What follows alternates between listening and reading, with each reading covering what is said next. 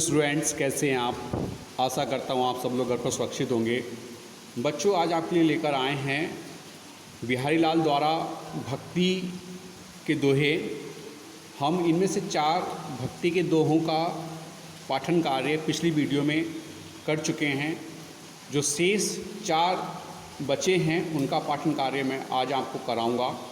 तो बच्चों, शुरू करते हैं। जिन बच्चों के पास पुस्तक हैं वो अपनी पुस्तक खोल लें।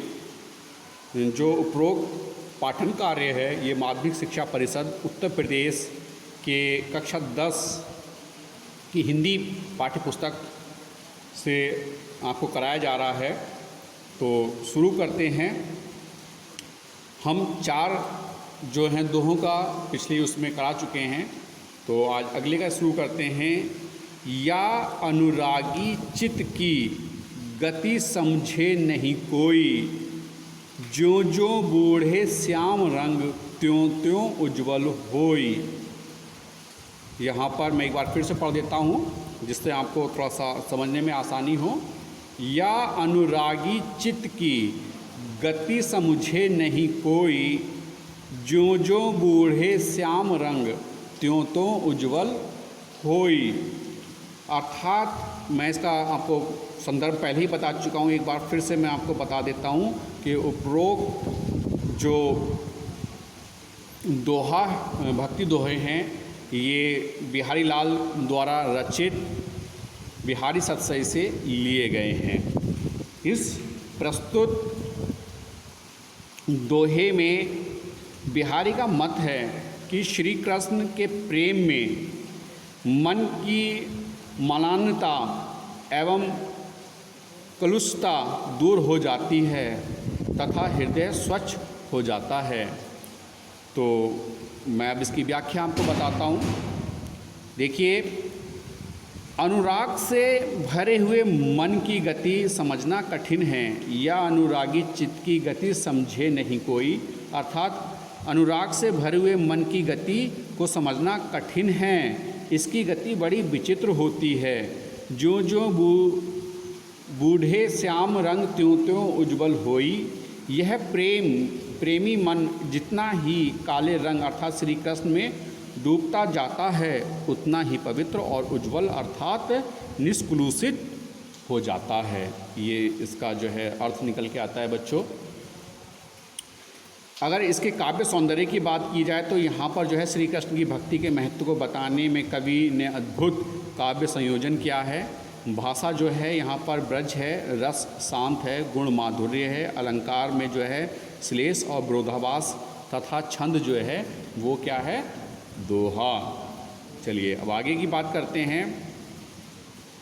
अगला दोहा है आपका, तो लघु या मन सदन में हरि आबे कटिबाट, बिकट जटे जो लघु निपट, खूटे ना कपट कपाट।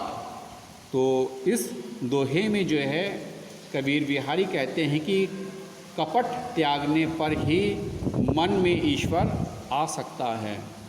जब तक मन में कपट रहेगा ईश्वर का वास नहीं हो सकता। अगर मैं इसकी व्याख्या करता हूँ तो लगे लघु या मन सदन में हरि आवे कहीं बाद। कबीरदास जी कहते हैं, बिहारी दास जी कहते हैं कि जब तक दृढ़ता से बंद हुए कपट रूपी किवाड़ सदा सदा के लिए ही खुल जाते, तब तक उस मन रूपी घर में भगवान किस रास्ते से आए। अर्थात यह है कि जब तक किवाड़ नहीं खुलते तब तक कोई भीतर कैसे आ सकता है, कैसे आ सकता है। मन का कपट हटे तो ईश्वर उसमें प्रवेश करें। अर्थात बिकट जटे जो लघु निपट, फुटे ना कपट कपाट।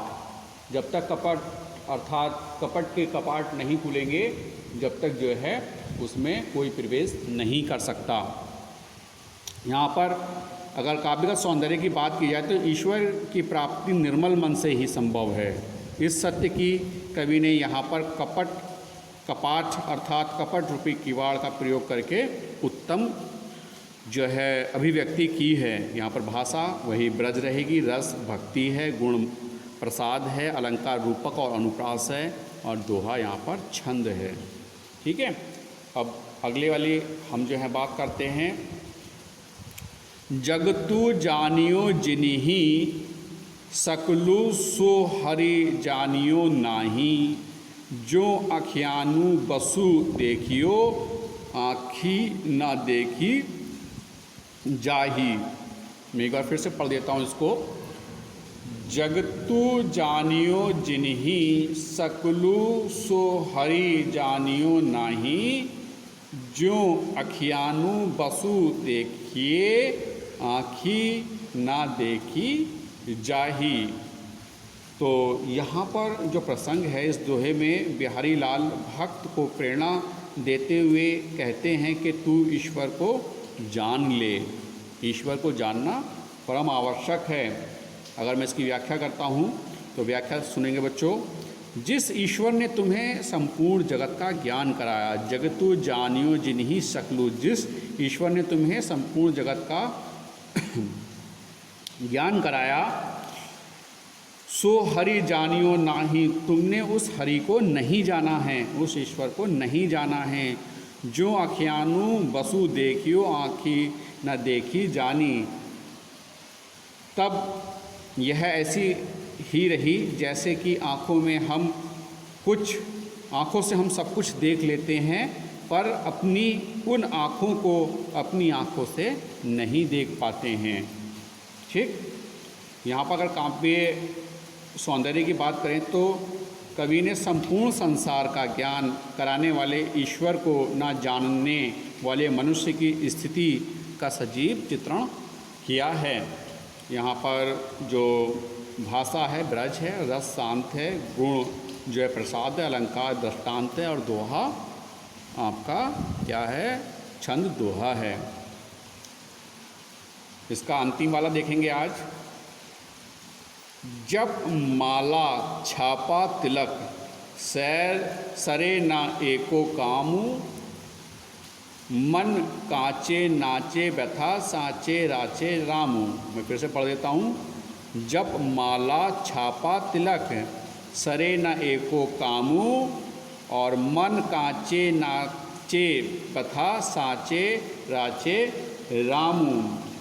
जो प्रस्तुत दोहा है बिहारी लाल जी इसमें कहते हैं कि भक्ति में आडंबर का कोई स्थान नहीं होता, मन का अनुराग ही पहली अनिवार्य आवश्यकता है। आप आडंबर करें, तिलक लगाएं, टीका लगाएं, माला डालें और दिखावा करें तो जो है आप भक्त नहीं हैं, ये एक केवल आडंबर मात्र है।